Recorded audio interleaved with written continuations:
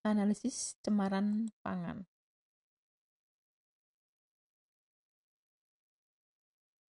Apa itu cemaran pangan ya? Zat ditambahkan sengaja atau tidak sengaja sehingga satu, membuat makanan tidak layak untuk dikonsumsi manusia, seperti adanya kotoran hewan, biosida, penyebab penyakit mikroorganisme atau serangga, debu, hama, dan benda asing lainnya atau kotoran. Ya. Kemudian ditambahkan hanya untuk meningkatkan masal atau berat makanan, seperti air yang ditambahkan pada susu. Itu air dianggap sebagai cemaran ya, seperti itu. Kemudian adanya pati dalam saus tomat. Ya, kan tidak wajar ya dalam saus tomat ada pati ya. Atau mungkin kalau di bawang goreng itu ya misalnya ditambahin apa gitu ya. Tambahin kentang atau apa gitu ya. Yang dijual maksudnya dijual dengan tujuan untuk menjual apa bawang goreng, tapi di dalamnya mengandung kentang goreng misalnya seperti itu. Ya. Atau adalah makanan tetapi di tempat yang salah, seperti adanya kacang ya di kaleng kacang polong seperti itu, yaitu termasuk cemaran ya. Atau adanya kacang dalam beras ya, itu termasuk cemaran meskipun kacang itu juga makanan ya, tapi tempatnya salah ya. Tapi yang dibahas di sini adalah yang ini yang pertama ya. Cemaran pangan itu meliputi mikotoksin, pestisida, logam berat, antibiotik ya. Antibiotik itu juga sering dicampurkan ya dalam produk-produk perikanan ya, misalnya seperti ini udang ya. Udang itu ada antibiotik, tidak tahu maksudnya untuk apa, mungkin awalnya itu untuk sebagai obat untuk udangnya itu, tetapi setelah dipanen ternyata antibiotik itu masih ada di udang itu, sehingga udang itu mengandung antibiotik yang nanti dikonsumsi oleh manusia dan tentunya sangat berbahaya ya. Kemudian antibiotik juga bisa mengawetkan udang itu ya. Sehingga udang itu kalau disimpan juga lebih awet. Nah, itu karena ada antibiotiknya. Nah, itu bahaya ya. Jadi coba kalau kita merasakan makan udang, apakah ada serasa seperti ada obat, itu berarti ada antibiotik ya. Bahaya sekali, itu jangan dikonsumsi. Yang kita bahas pertama adalah mikotoksin ya. Mikotoksin merupakan senyawa beracun yang diproduksi oleh kapang atau jamur ya. Mikotoksin yang terkenal adalah aflatoksin, yaitu senyawa beracun yang diproduksi oleh Aspergillus flavus atau Aspergillus yang lain, misalnya Aspergillus parasiticus. Aflatoksin digolongkan menjadi aflatoksin B, yaitu yang berfluoresensi berwarna biru, dan aflatoksin G, yaitu fluoresensi yang berwarna hijau, serta turunan-turunannya. Hingga saat ini telah dikenal 300 jenis mikotoksin. 5 jenis diantaranya sangat berpotensi menyebabkan penyakit, baik pada manusia maupun hewan. Penyakit yang disebabkan karena adanya pemaparan mikotoksin disebut mikotoksikosis. Ada 5 kelompok mikotoksin yang sering terdapat pada pangan. Yang pertama kelompok aflatoksin, yang kedua kelompok fumonisin, yang kedua deoksinivalenol atau nivalenol DUN, kemudian yang keempat zearalenone, yang kelima ochratoxin. Nah, ini contoh bahan pangan yang tercemar oleh mikotoksin ya. Kalian pasti pernah melihat seperti ini ya. Ada stroberi, kalau dibiarkan terus ini akan keluar seperti ini ya, jamur-jamur ini. Nah, ini akan menghasilkan toksin ya, menghasilkan racun. Juga ini jagung ya, jagung keluar seperti ini ya. Kemudian kemiri ya kalau dibiarkan seperti ini. Ya, ini juga bahan pangan lainnya kacang, kemudian ini yang sudah mungkin apa kedelai hitam ya, ini warnanya hitam seperti ini. Jadi ini adalah sangat berbahaya, oleh karena itu yang seperti ini jangan dikonsumsi, buang saja ya. Karena racun-racun ini juga mungkin tidak langsung keracunan gitu ya, tapi nanti bisa tersimpan di dalam tubuh dan mengakibatkan bersifat karsinogen ya. Jadi harus hati-hati dengan makanan yang mengandung mikotoksin. Bahan pangan yang dapat terkontaminasi oleh mikotoksin yang lain adalah seperti ini ya, termasuk coklat. Kemudian ini jagung ya, jagung kalau juga disimpan seperti itu. Ya, susu, keju, ya, itu juga bisa apa ada itu mikotoksinnya. Ini adalah struktur mikotoksin ya. Kalau kita lihat seperti ini mirip-mirip strukturnya, yang berbeda ini adalah yang R4 ini, di sini ada O seperti ini. Kemudian ini OH, ya ini tidak ada ya. Jadi strukturnya mirip-mirip, mungkin waktu sintesisnya ya oleh jamur-jamur itu mungkin melewati senyawa-senyawa yang sama ya. Jadi yang beda hanya di situ. Kemudian ini ada fumonisin B1 dan fumonisin B2. Kalau kita lihat ini persis strukturnya agak sulit untuk dicari mana yang berbeda. Setelah saya cek ternyata ini ada OH, yang di sini kosong. Ya.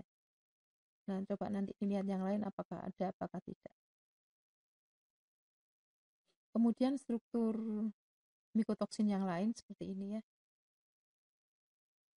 Ya, ini aflatoksin B1, ini B2. Ini ada ikatan rangkap, ini tidak. Kemudian aflatoksin G1 ada ikatan rangkap, aflatoksin G2 tidak. Kemudian ini beta, ya, alfa zearalenol. Ini alfa, posisinya ini OH-nya di belakang. Yang beta ini OH-nya di depan. Ya, mirip-mirip strukturnya. Oleh karena itu namanya kan sama ya, AB begitu, 1,2 gitu ya. Analisis mikotoksin yang pertama adalah sampling.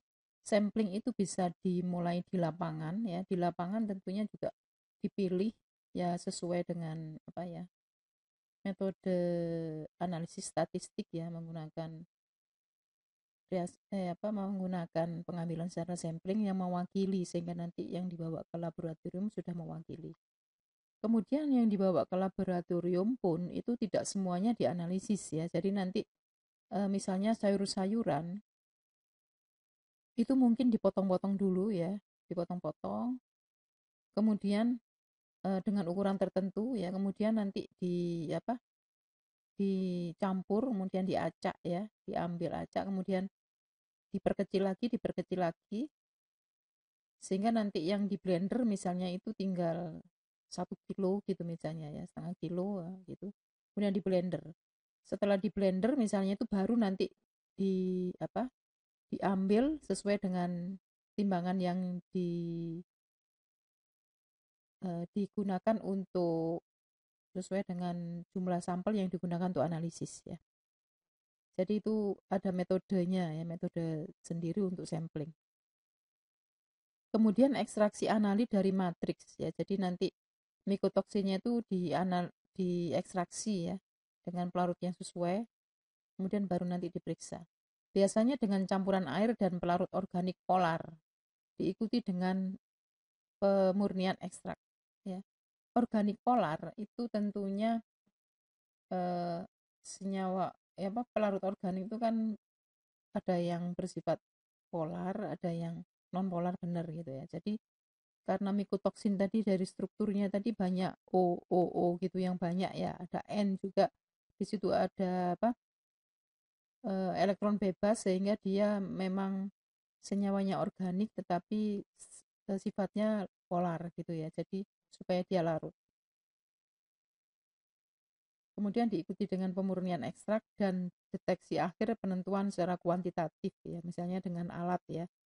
ini harus menggunakan alat misalnya HPLC ya LCMS atau GCMS seperti itu ya. Jadi karena kandungan mikotoksin dalam makanan tentunya sangat kecil ya. Tapi meskipun kandungannya sangat kecil tapi sangat berbahaya sehingga makanan yang mengandung mikotoksin ya atau aflatoksin nanti harus dibuang ya. Mikotoksin biasanya diekstraksi dari matriks padat dengan pengocokan menggunakan campuran asetonitril air. Ekstraksi cair padat ya. Metanol dalam air atau etil asetat juga dapat digunakan ya. Jadi ini larut organik yang bersifat polar. Ini contohnya ya. Analisis mikotoksin ya dari ekstrak gandum yang diencerkan kemudian dibubuhi standar multimikotoksin dan disuntikkan langsung. Jadi menggunakan LC, SC, MSMS, total ion current kromatogram ya dengan campuran mikotoksin. Ini standar mikotoksinnya aja sudah mahal ya. Jadi untuk analisis seperti ini itu juga tidak murah. Karena harus mempunyai standar mikotoksin ya. Kemudian dilakukan kromatografi seperti ini ya. Jadi nanti ada puncak-puncak kromatogramnya. Biasanya yang analisis seperti ini adalah laboratorium pangan ya, pangan gizi. Itu mereka rutin melakukan ini ya. Kalau di kimia analitik itu mempelajari teorinya bagaimana menganalisisnya ya. Tapi yang rutin itu pekerjaan rutin biasanya di laboratorium pangan gizi. Aflatoksin. Aflatoksin adalah mikotoksin yang paling terkenal. Aflatoksin berasal dari singkatan Aspergillus flavus toksin. Toksin ini pertama kali diketahui berasal dari kapang Aspergillus flavus yang berhasil diisolasi pada tahun 1960. Nah ini, toksin dihasilkan oleh jamur Aspergillus flavus dan Aspergillus parasiticus ya. Seperti ini jamurnya, tapi ternyata jamur ini menghasilkan toksin ya, yang disebut sebagai aflatoksin ya. Toksin yang dapat menyebabkan kerusakan pada hati serta bersifat karsinogen yang memicu timbulnya kanker ya. Jadi harus hati-hati kalau ada makanan seperti itu ya. Misalnya ada kacang misalnya, rasa pahit ya, itu meskipun nggak tampak oleh mata sebaiknya dibuang ya.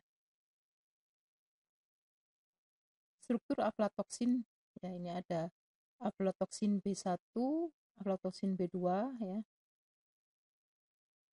Bedanya di ikatan rangkap ini.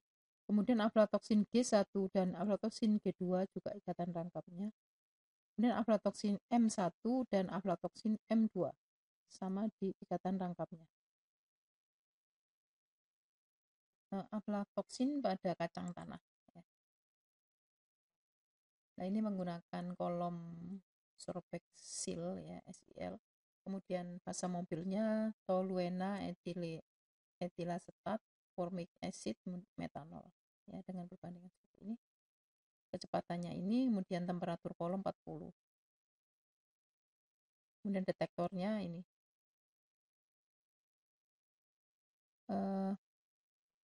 Kalau kita lihat ya di sini kromatogramnya ya, itu yang keluar dulu adalah B1 ya, B1 ini. Kemudian dibandingkan dengan G ya. B dibandingkan dengan G, mana yang lebih polar? Ya. Jadi kita akan tahu bahwa nanti kolomnya ini kolom bersifat normal, fasa normal atau fasa terbalik ya. Itu bisa dilihat dari fasa mobilnya atau juga dari yang keluar di sini. Kalau berdasarkan fasa mobilnya ini ada toluen ya, agak nonpolar ya. Agak nonpolar meskipun di sini ada metanol juga. Ya, tapi di sini toluennya jumlahnya cukup banyak ya. Sehingga kalau kita lihat di sini ya, ini berarti B1. B1 ini kalau kolomnya polar, maka yang dikeluarkan adalah yang non-polar.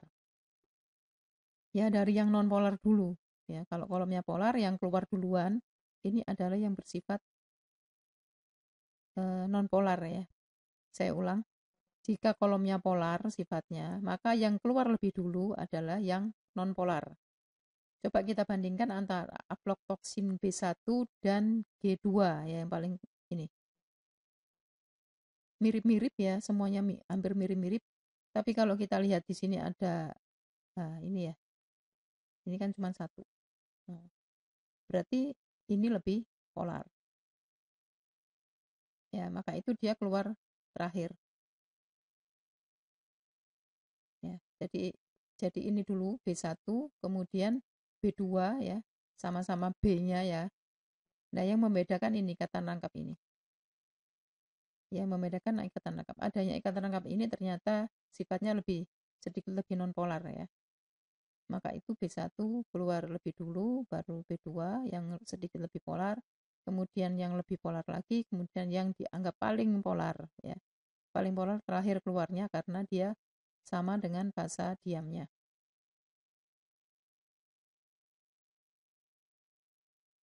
Kemudian aflatoksin pada jagung. Ya, yang pada jagung itu yang ada adalah B ini ya. Kolomnya sama. Ya, kolomnya sama, kemudian ini waktu retensinya ya B1 dan B2.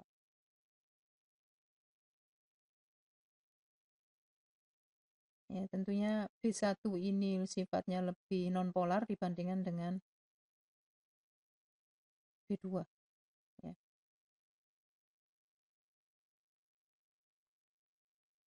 Kemudian aflatoksin pada pakan ayam. Ya, ada B1, B2, G1, G2. Jadi urutannya sama dengan yang tadi ya. Urutannya sama. Kemudian aflatoksin pada keju. Ya, jadi kalau keju ada B1, B2, G1, G2, M1, M2. Ya, ada M juga untuk keju. Ini fasanya fasa normal. Ya, fasanya fasa normal.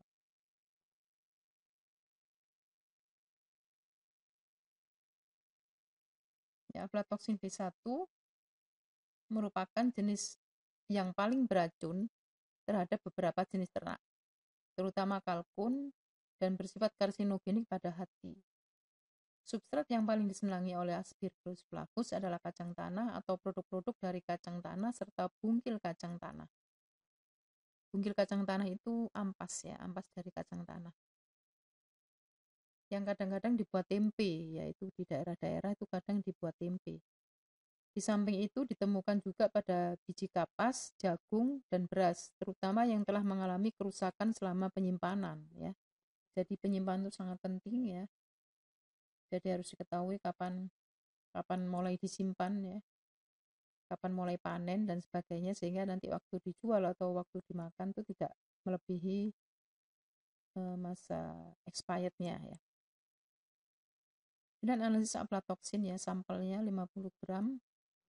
Kemudian di sini ditambah aflatoksin standard solution. Jadi ini berarti di spike ya. Kemudian ditambah air astonitril ya 1:9. Kemudian disimpan pada tempat yang gelap ya selama 5 menit pada suhu kamar ya. Kemudian dicampur ya 30 menit. Kemudian disaring ambil 8 mili, kemudian clean up, kemudian fraksinasi, kemudian diambil 1 mili, evaporasi menggunakan gas ini ya supaya untuk mencegah reaksi dengan oksigen ya. Jadi ini mungkin bisa untuk mengusir oksigen. Kemudian ditambah setengah mililiter air astonitril 9:1, kemudian larutan sampel. Ya, ini sudah bisa dianggap sebagai larutan sampel. Kemudian dianalisis seperti ini. Jadi ada yang spike, ada yang unspike. Jadi dari sampel tadi ya, itu ada yang ditambahi aflatoksin ini, ada yang tidak. Nah, tujuannya apa? Supaya tahu bahwa di situ ada puncak-puncak apa tidak ya. Ya, seperti ini kalau kita lihat yang unspike, ini apakah ini sedikit ini adalah ini aflatoksin B. Nah, kalau di sini coba ini 3, apakah ini ada aflatoksin B2? Nah, ini ya. Jadi ada puncak-puncak enggak yang lurus ini ya. Itu menandakan bahwa yang unspike ini adalah sampel asli ya, sampel asli tanpa ditambah aflatoksin itu maksudnya ya. Jadi tujuannya itu, jadi supaya tahu bahwa ini di situ tuh ada puncak apa tidak. Kalau misalnya ada ini sedikit ini berarti di situ memang ada aflatoksin B1. Kalau ini ada puncak ini berarti di situ ada aflatoksin B2 ya. Kemudian yang ini juga ada sedikit ini ya. Yang 3 ini aflatoksin B2 ini, nah ini meragukan, nggak tahu ini ya. Pokoknya seperti itulah caranya antara yang di spike dan unspike. Kemudian di sini adalah pelarut-pelarut itu.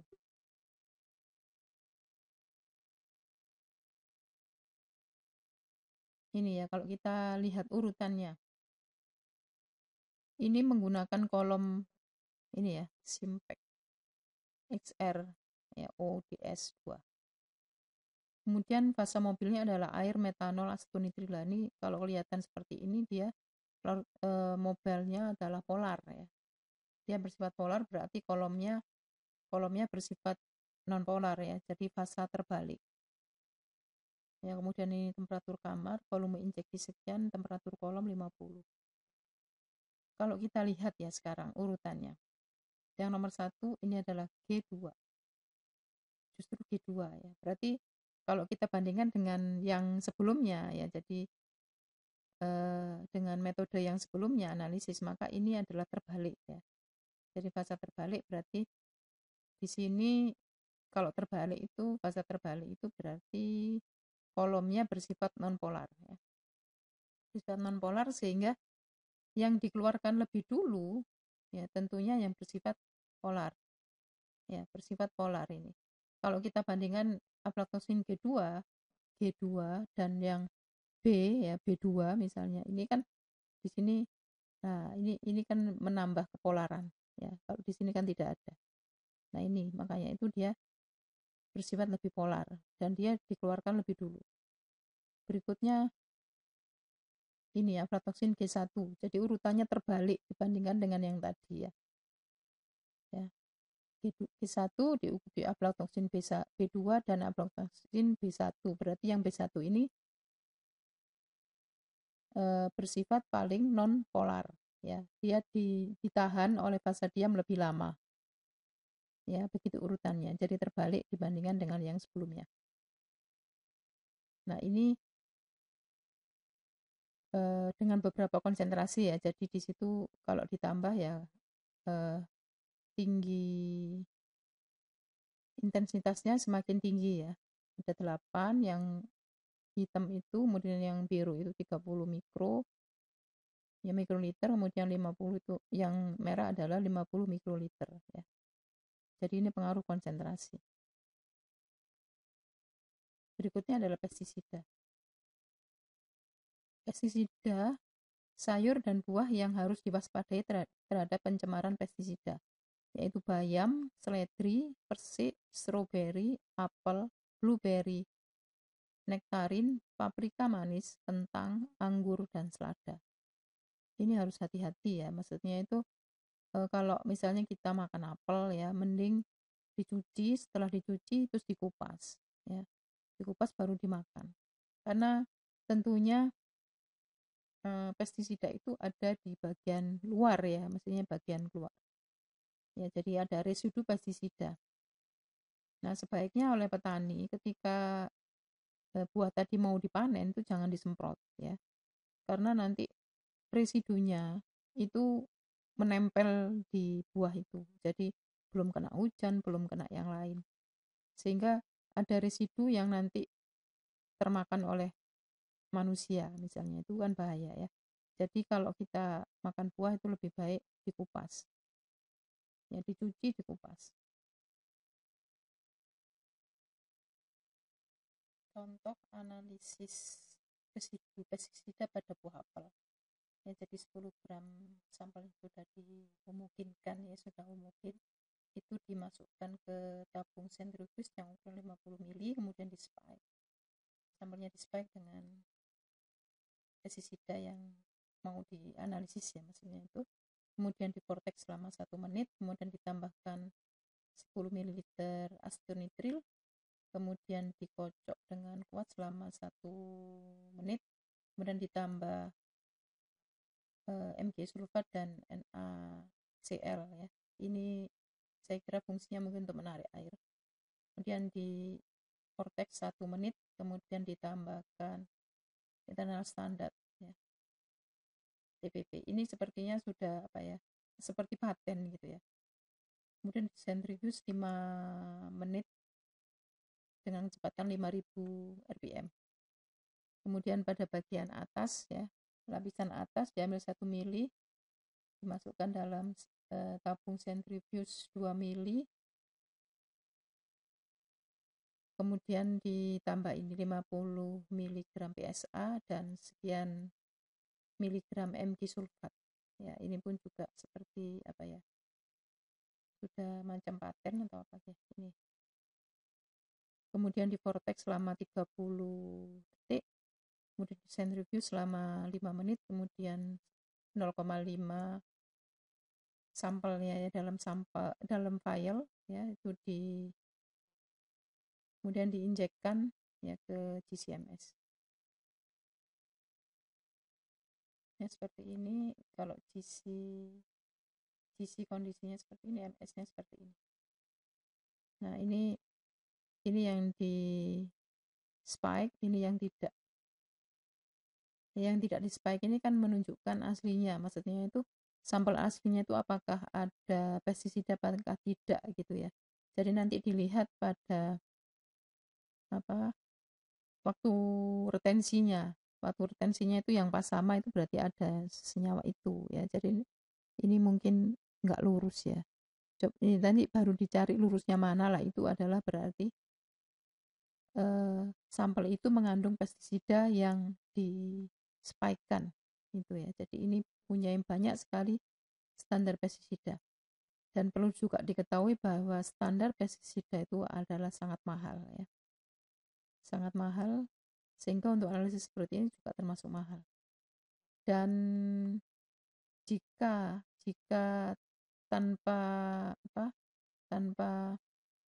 standar ya, mungkin saja dengan MS ya, dengan GCMS itu bisa diketahui itu strukturnya apa, sehingga nanti bisa diperkirakan itu adalah senyawa apa lah. Mungkin kan sekarang seperti itu ya. Jadi GCMS-nya seperti itulah. Ini kan penelitian untuk membuktikan benar tidaknya ya.